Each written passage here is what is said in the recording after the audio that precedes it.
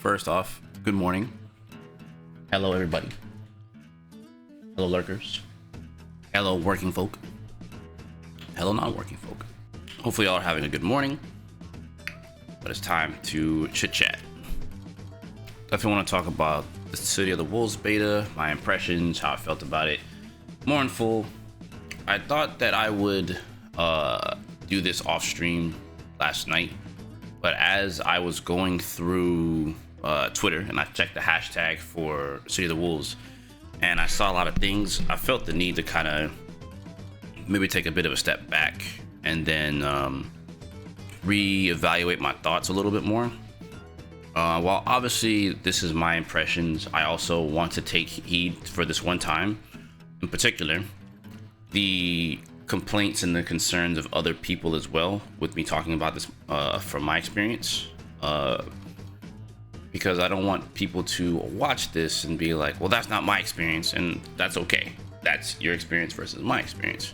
But to start, I definitely want to say the beta was something I wasn't expecting at all. I honestly thought that they were gonna not even do it, to be real with you. Mostly because I felt like maybe they wanted to avoid what happened with Street Fighter 6, with obviously the crack, avoiding some kind of negative press, because quite literally every single time people have gone to play it at other events, they all enjoyed it. So like I felt like, all right, well, maybe it makes sense. They want to keep the enjoyment of the game there for people, and then whatever happens on launch happens. But of course they can fix whatever after launch, which I'm going to get into that in a little bit. But yeah, I just didn't think that they would do it. So the fact that they did it means that they were confident in the product and they just wanted to obviously test the network and stuff like that, because that's what these tests are for. Big ups to people in the community who ran events and things like that. I participated in Regime Royale. There was also TNS. They ran tournaments. A lot of people were running tournaments and some little small, events for it, which was cool to see.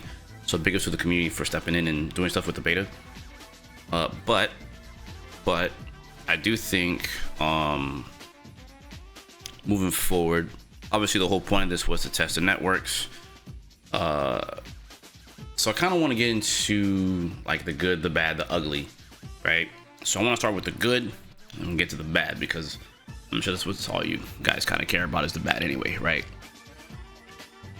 The good. Gameplay wise, I enjoyed myself just like I did at Evo. It's just I know more now, like how to play the game in terms of like combo structure, things like that.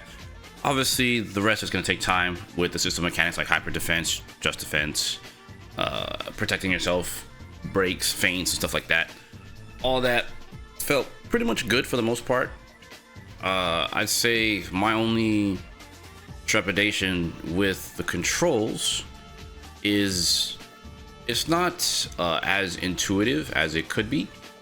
And I say that because the break and feint stuff, while breaking felt fine, so there's two types of things, right? If you don't know, right? Breaking is when you do a special move and you press the light attacks together and you're able to cancel that move out. That felt fine. You could also do the breaking of those same special moves with the rev button, which I'm going to get to right now. The feint pressure, that's where my trepidation comes into play, because having to press the rev button and the heavy kick don't feel as intuitive. I think what they could have done was tied the rev actions to the rev button. So what that means is rev blow. Rev blow is done with the two heavy punches, heavy punch, heavy kick, done with the heavy attacks, right? So I think that could have been done with heavy punch and the rev button, since they're right next to each other in default layout. If you're playing on arcade stick or you're playing on, leverless, that's the default scheme, right? Which I'm assuming it's probably like on the controller, probably be triangle and R1.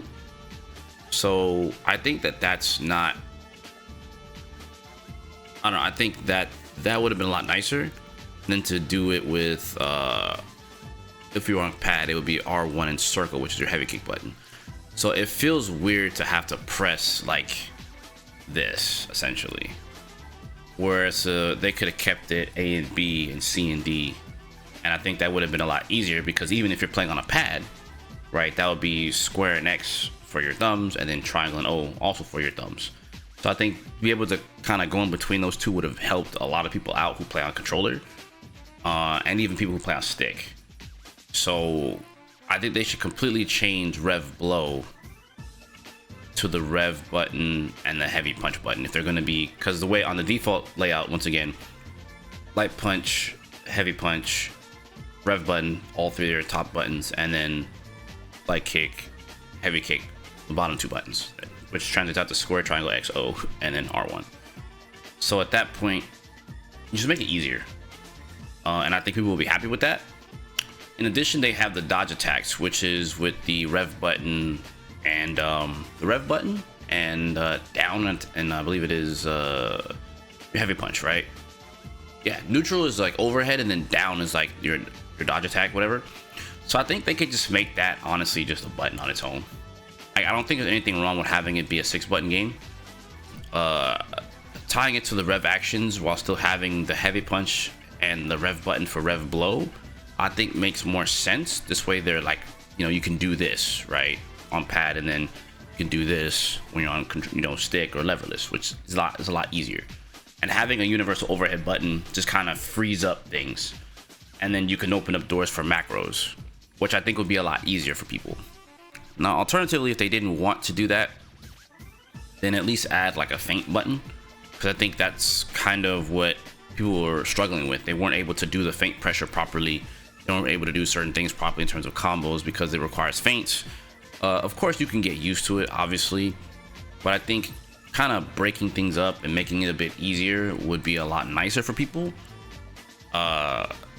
This way, it's not so cumbersome. So I do think I would dock points off of the control scheme just a little bit, just for the feint pressure. Let's see here.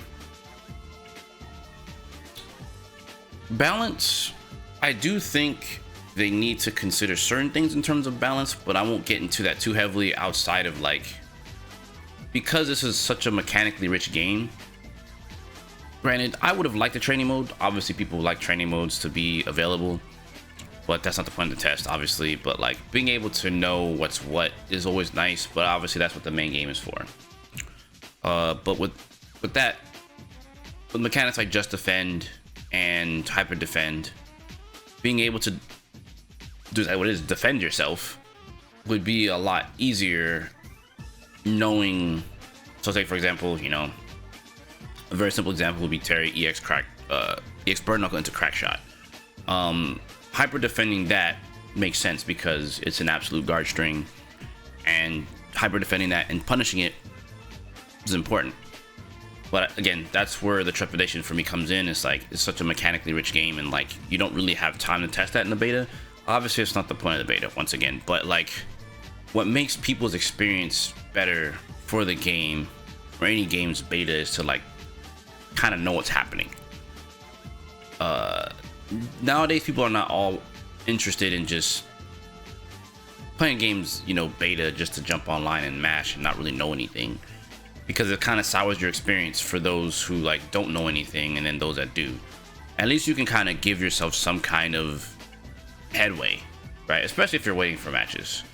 But that's a whole nother ball game. I'll leave it at that. I could say more, but I'll leave it at that because I kind of want to wait for full release before I really like kind of, I guess you could say, go ham. But I think moving forward, I do think the game's in-game tutorial, which I should talk about real briefly, I think it's pretty much one of the better ones for, you know, an SNK game. It doesn't mean it's like, oh, I'm just coping and it's just satisfactory. It's a lot better than KOF 15, to be honest. And to my knowledge, if I recall right, Samsho has no real tutorial. So this is like the best thing you're gonna get. Obviously, that'll change over time, where you have people like myself who will make videos on teaching you more methods to practice just defend, hyper defense, and stuff like that. So that's one thing. The next part of this, which is the online, which I'm going to give you from my perspective, and then I'm also going to talk about what I've heard from other people, right? So from my perspective, I didn't play ranked at all. I literally sat in room matches with friends and just played the game, and the game was a lot more fun and enjoyable for me because I didn't have to wait in some long queue or wait for a game. I I just booted up, and that was great. And I will say the lobbies were really good because 6 setups, which I'm sure one of them you can change to training mode whenever the full game comes out. Didn't see the rest of the options because obviously they're locked away to beta, right? I think all that was fine. Obviously, I had its hiccups. In its beta, obviously. So in before someone's like, bro, stop saying it's beta. Like, it doesn't make sense. Like, it should work. I mean, everything should work on launch, right? Your relationship should work on launch. Your job should be great when you first get there. You know, your car should start when you first buy it. Sometimes shit happens. You know, nothing's perfect. So with that being said, I think knowing that the matchmaking, from my understanding, was rough for a lot of people, I could understand that. That's where I bring up this part with other people, right? Where I said, once again, my enjoyment came from just staying in lobbies and playing with friends. A lot of other people didn't do that and played ranked, played casual match, and found it difficult to find gains, which I understand. That could be frustrating, which is why I think a training mode would have been nice, so you could sit there and wait in training mode, even if it was like a light training mode, or at least fight the CPU, and you'd be able to, you know, get something down. You know, I think that would have been at least better, where you can fight the CPU, maybe some kind of like survival mode or something like that, that lets you kind of like play, you know, something while you wait. I don't want to say that my experience was better than anyone else's, right? Because it's not like the lobbies were perfect either, and I didn't get kicked out or anything like that. I definitely got kicked out of lobbies from here and there. Sometimes trying to connect to the lobby didn't work for some people, myself included. So like those trepidations were definitely there. But I would say my online experience was mostly good. The rollback for the most part was fine. It definitely did have some issues, so I can say it's not perfect, but it definitely feels better than KOF 15. Maybe it's something that's not saying a whole lot, but all things considered, it didn't start out as a crossplay game. It ended up being crossplay, you know, later in its life. This game is opening with crossplay across map platforms from PS4, PC, PS5, Xbox Series X and S. You know, there's all these platforms just going in between, so I can understand they probably have issues in terms of the matchmaking in regards to having it on so many different platforms and making it so everyone can kind of cross-pollinate and play. So I don't think that that was their intention for it not to work. It's very clear, you know, which, you know, that's kind of where I'm going to get into next. Some of the things that I've read and saw, a lot of people were complaining a lot about like the matchmaking and no, it shouldn't be this way and blah, blah, blah. But as I said earlier, like shit happens. No developer intends to make a product that doesn't work. Especially in this case for Oda, where he's said in multiple interviews that he's come back to SNK from Capcom to make this project get off the ground, which is the newest Fatal Fury. He wanted to come in and try to add a new, well, not even try, he did add a new Fatal Fury to the Fatal Fury lineup. It's a new entry in the series. So it's clear it's not his intention to drop, for what it's worth, mid, right? He's even gone out and said that, you know, he's looking into having a second beta to help rectify the issues that people were having currently, which I think is a huge power play, all things considered, because he clearly wants this to work. So I think here's where I know I get more sympathetic towards developers and companies. Again, as someone who's been on the inside and kind of has an understanding of marketing perspectives and things like that. Again, I'm not flaunting or flashing. I'm just saying I've been in the corporate world and I understand, right? Like, it's not their intention. Sometimes it's the powers that be, etc., but that's a whole other ballgame. But the fact that he is a part of the powers that be and wants to have a potential second beta, that's a huge step from where other betas were like, well, we're going to do one beta, you know, maybe we'll do another one, you know, you didn't know. But the minute that Oda heard that there were issues, he just came out right and just said it, like, I'm looking into doing another one. So I think that's a sign of good faith, at the very least, where you can put some level of trust into the developer, right? I think that's fine. I do want to say this about beta and launch titles. a lot of people have complained about matchmaking in all these fighting games. And quite frankly, there isn't a single fighting game that hasn't had these issues, right?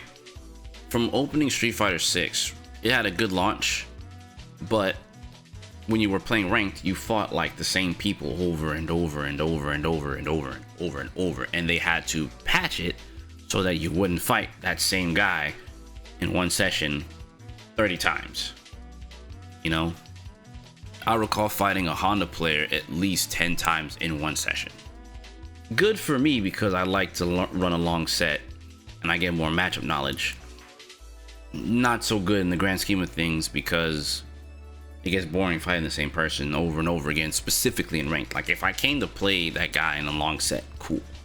And at that point, you know, a lot of people complained about that, and it took Capcom a minute to fix that.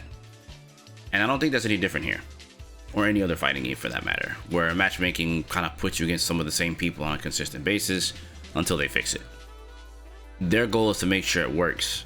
Whether you fight the same person or not, at the start, while it matters, they also care about it functioning.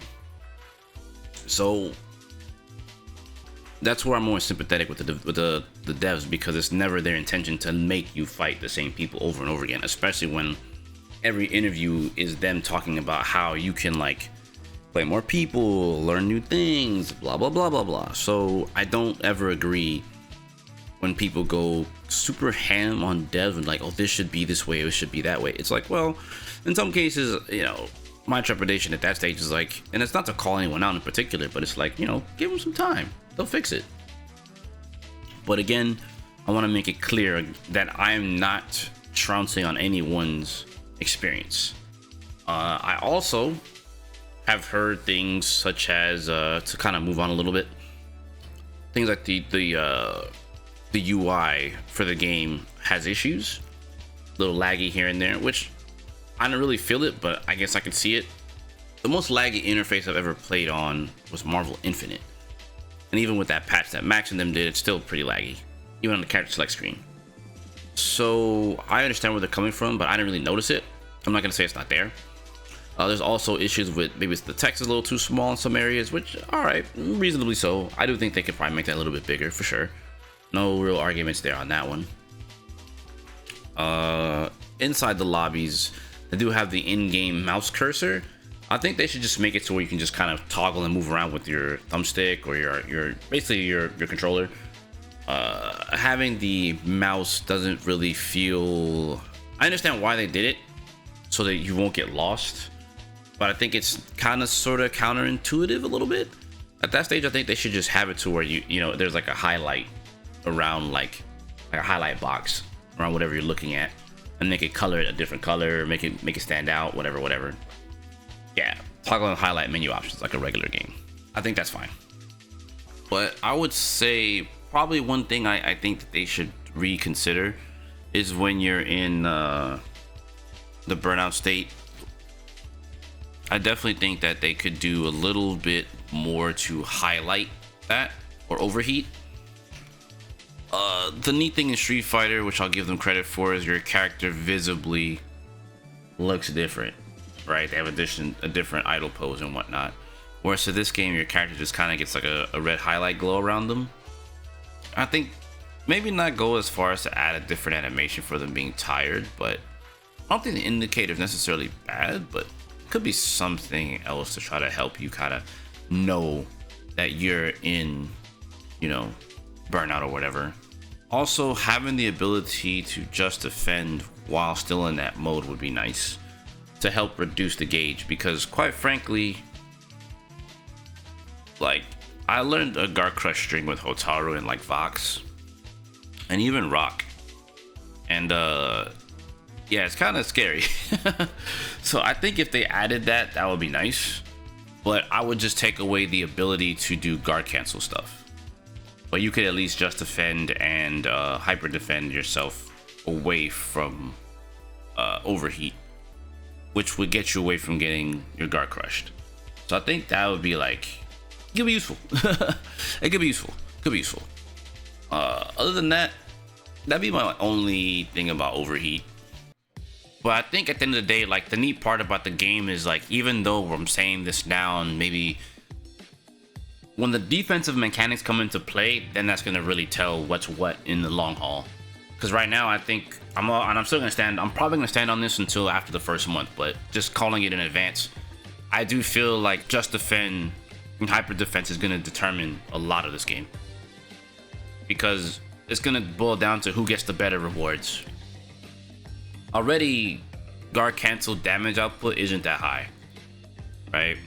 But it isn't necessarily 100% about the damage. It's about where you're left after the fact.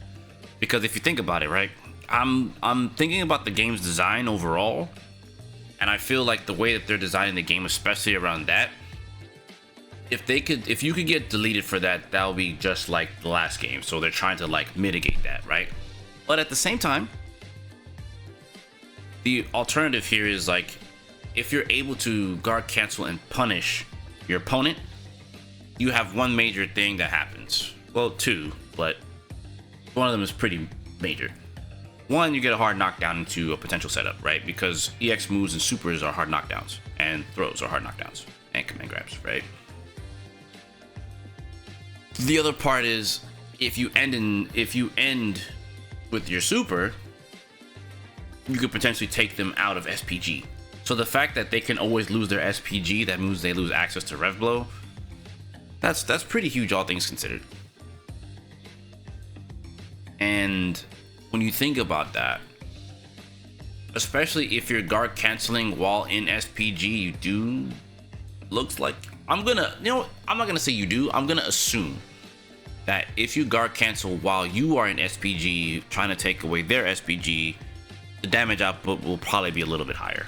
I'm gonna assume that.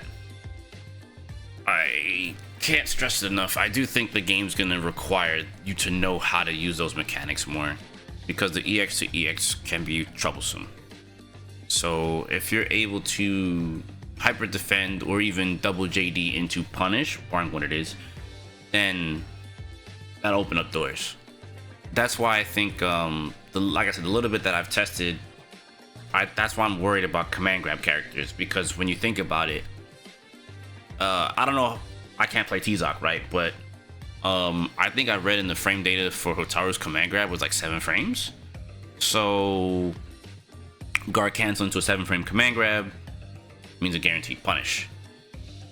And her command grab damage into, which I did in the exhibition against Coach Steve, command grab into damage is like into super. That's enough to take away a whole SPG. So that's pretty good, all things considered. See what I'm saying? So, all things considered, that's why I think they're considering keeping the damage for that kind of contained. Especially seeing as you can get a hard knockdown off of it. So I'm seeing it more as a perfect parry situation that's probably a little bit harder. Do I think command grab is the strongest thing in the game?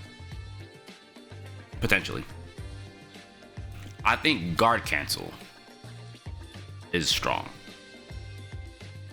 But like I said before, command grab, air throw, DP break, all three of these things are, I think, the strongest things overall right now, in my mind.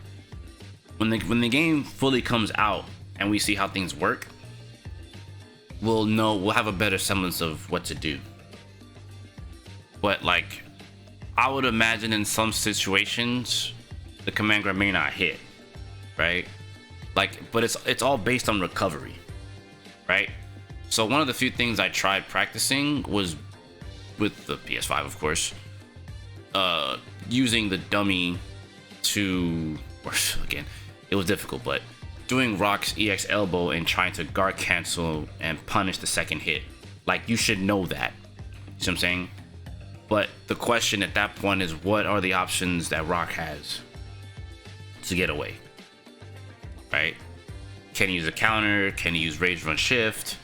You know, those are the kinds of things you have to look out for when you're looking for EX move pressure.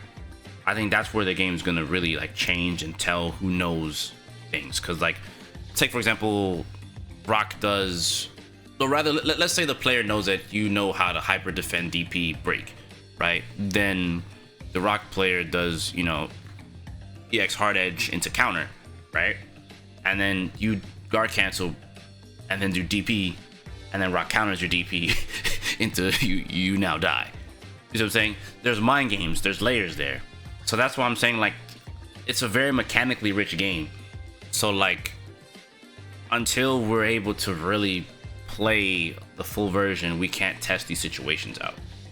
You know? Before I did it in a match, I want to say, when I was playing Rock, where I did like a normal into EX counter on their rev blow as they were doing what they were doing, and I believe the counter beat the rev blow. So it's like, that's huge, because EX counter into other EX moves will hurt. Now granted, I think the counter into combo does, I'm gonna assume rather, I think it does. I'm gonna assume that counters and command grab combos are like equal in terms of damage output. Because I did notice that there was some damage scaling from like EX command grab into hard edge into power dunk, well, Rock's dunk, shift dunk, whatever, rage run dunk, into stuff. So I could see that scaling, which is why now that shifts into B Jenny. You see what I'm saying now? Right? When you shift the EX counter into combos with B Jenny, you start to understand why I say DP break is important. So since she doesn't have that, I remember seeing someone link me the frame data for the that they found for the rev blows. So she has one of the fastest. So because she has that, you see what I'm saying? Like, because you have this, you can't have this. But now you put in the layer of like basically offensive defense with just defend and hyper defend. That's the point I'm trying to make here, is that you can set up things to set up a mash trap, right?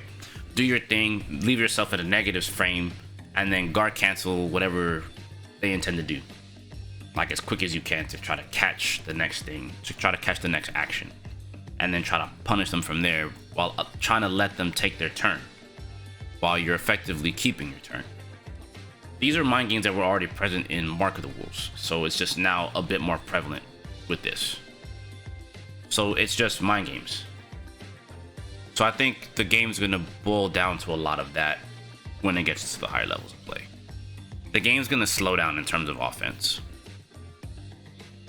Like, doing standard, like, running jab pressure, that's gonna be like the standard everyone's gonna do for maybe like the first week, and then recognize, oh shit, this person knows how to just defend. Oops. And then, oh, I'm not a JD, and I have my hidden gear. Yeah. That also comes into play whether or not, like, I think another objective is to eliminate your opponent's SPG. So, round one fight, you know, if they start off with SPG, or actually in round two, you'll definitely have meter. So if they make a bad move at the start, you can potentially snatch their SPG. If you guard cancel properly, you can snatch their SPG. Like, it's too much. It's too much. When you think about like just the ability to take away SPG, you see what I'm saying? It really and truly just depends. Like I said, I know this is getting a little long here, but, and I'm talking strategy here a little bit, when this is just should be mostly my impressions, but I think without going any further into strategy, just the game definitely has layers. I just think it's gonna take full release for us to get to those layers. But ultimately, I think personally, I think the beta was fine. Obviously, they could fix the matchmaking. I don't take it as, oh man, Kensou says this shit was perfect. No, I acknowledge things were incorrect. There were some things that can get fixed, and the fact that there's potential chance for another beta is nice. So I'm just being constructive on my feedback and not trying to get into like, you guys suck. Instead of that, hey, these things need attention. So at the end of the day, I had fun. I had a lot of fun. I don't know. I had a lot of fun. I will hope and pray that they do fix certain things for the game to keep people interested. But other than that, I had fun. You know, it was mad fun. So that'll pretty much do it for my personal impressions. I'll definitely do more in terms of breaking down strategies and things like that as we go along, especially on games launch. But yeah, fun game. I'm looking forward to seeing how things pan out, hopefully with beta 2 and launch. So April 24th, one way or another, I'm going to be here. So hopefully you guys are too, still around. If not, hey, that's okay. Hopefully you guys watch from afar, maybe wait for the game to get better or get into a state where you want it to be, and maybe you might enjoy it, maybe you won't. But me, I'm gonna be here. So yeah, talk to me in the comments below. Let me know how you guys are feeling, and I'm gonna get up out of here on this one. But let me know how you feeling. Y'all take care. Peace.